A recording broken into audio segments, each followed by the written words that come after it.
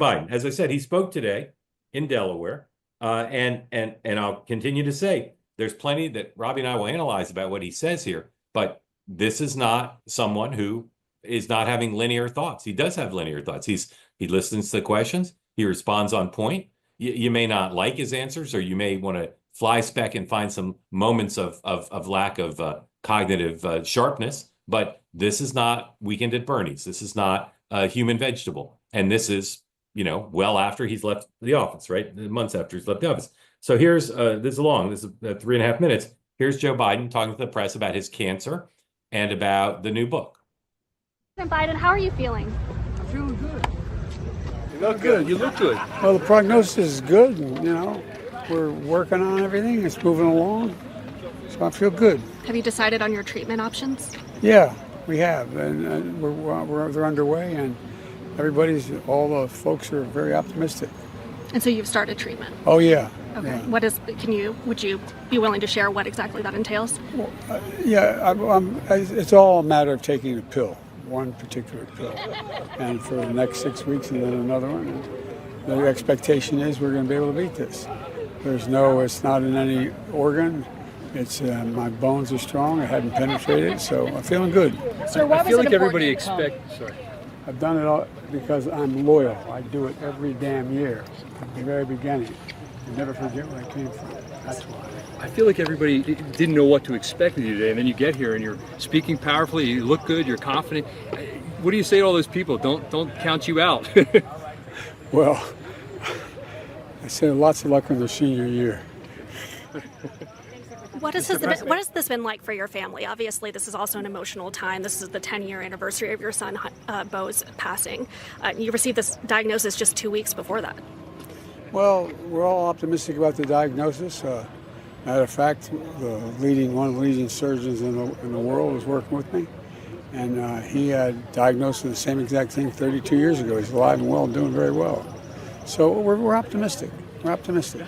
And there's also been a lot of discussion recently about your mental and physical capabilities while you were in office. You can see that. I'm mentally incompetent, and I can't walk, and I can beat the hell out of both of them. Do you want to reply to any of those sarcasm, by the way. Reports, and also to the fact that there are some Democrats who are now questioning whether you should have run for re-election in the first place? Why didn't they run against me then? Because I would have beaten them.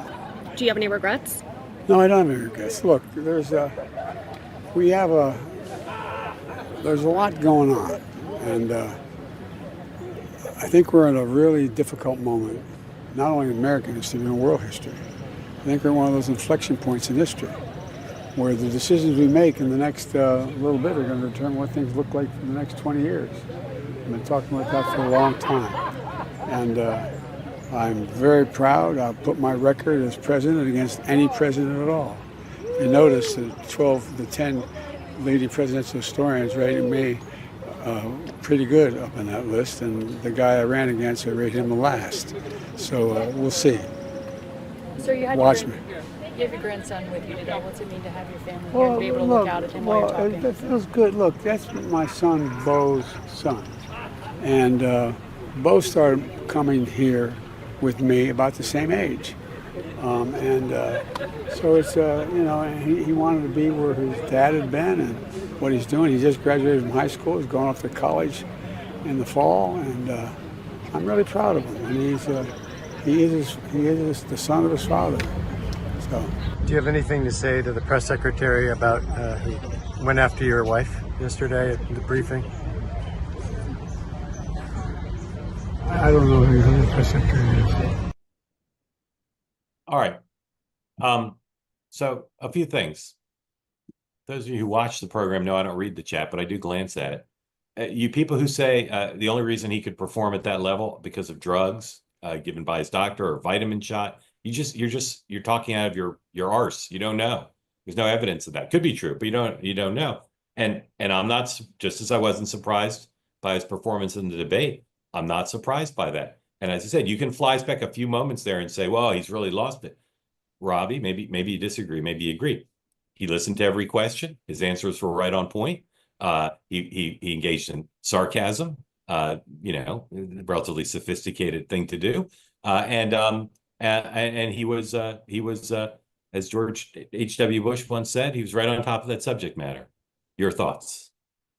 Yeah, I mean, I think he did fine in that interview and what we just saw. Of course, he was answering questions about his own health, his relationship with his son. He was not being asked difficult or complicated public policy questions. He's also not the president anymore, which could be a relief in terms of his stress. We've all had elderly family members, right, who when they've turned that corner, they have good days and they have bad days, and they can have bad days because of external stresses, because they're in some kind of pain we're not seeing, or something stressed them financially, or some news they got. Being president is a very demanding job, so I'm fully willing to believe he's doing better now and he's a little bit more coherent, that he doesn't have that added stress of everything that was going on. That doesn't really change anything. I'm glad. I hope he has as many coherent years left as he possibly can. I hope his battle with cancer goes well for him. I think we're all rooting for him. And I'm glad to see him not doing horribly, but I don't think that changes any fundamental, dynamic. No, I don't either. But let me just ask it this way, and then we'll move on to some other stuff. If that were the level at which he performed on a regular basis, it'd be fine if he were president, right? He'd be an older president, but that person, it was not showing evidence of cognitive decline, right?